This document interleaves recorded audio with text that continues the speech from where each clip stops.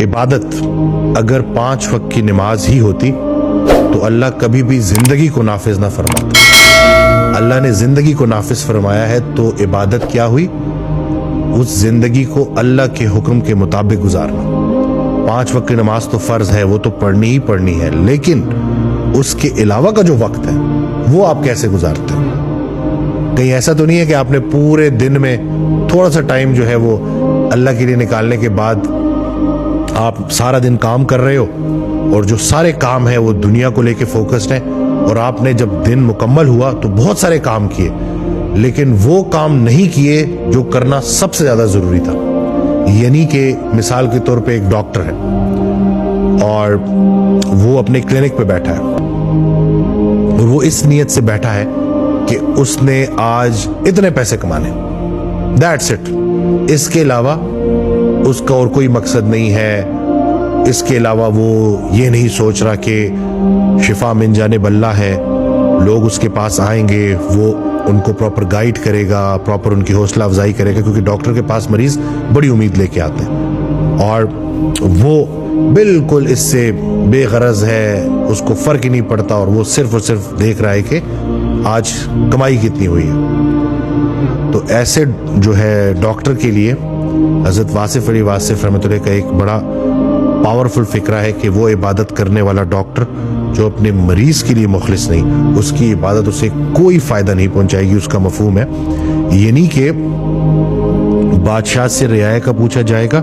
Doctor से मरीज का पूछा जाएगा। तो जो भी काम आप कर रहे हैं, डॉक्टर है, इंजीनियर है, जिस भी फील्ड के साथ आप मुंसलिक हैं, सबसे ज्यादा आपसे जो बात पूछी जाएगी कि जो मर्तबा अल्लाह ने आपको दिया था, जो जिम्मेदारी आपको दी थी, जो इल्म आपको दिया था, उसके जरिए कितने लोगों के आपने काम किए और कितने लोगों की जिंदगियां आसान की।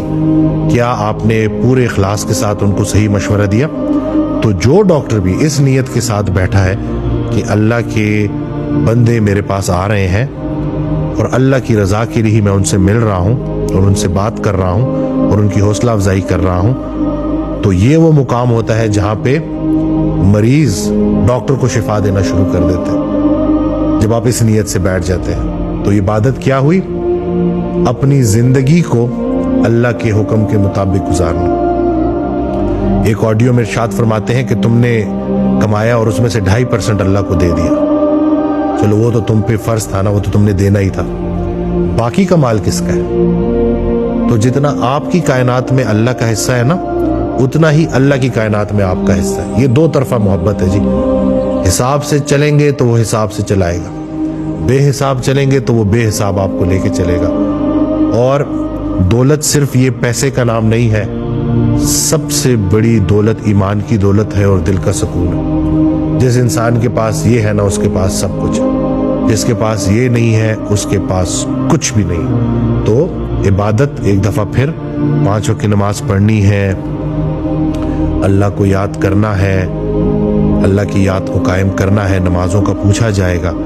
लेकिन अगर उसके बिल्कुल ऑपोजिट हम ये देखें कि नमाज 5 वक्त की तो चल रही है लेकिन आपकी जिंदगी में वो नमाज का अमल नजर नहीं आ रहा, तो फिर इसका मतलब है कि अभी इबादत आपकी कायम नहीं हुई। तो उस नमाज को कायम करने के लिए आपको अपनी जिंदगी में इखलास लाना पड़ेगा और अल्लाह की रजा के लिए आपके जितने भी अमाल होंगे वो अल्लाह की रजा के लिए होंगे। तो ये होगी फिर सही मानों में जाहिर की और बातिन की इबादत। मैं उम्मीद करता हूं कि इस वीडियो से आपको फायदा मिला होगा। चैनल सब्सक्राइब करना ना भूलिएगा, दुआ में याद रखिएगा। खुदा हाफिज़।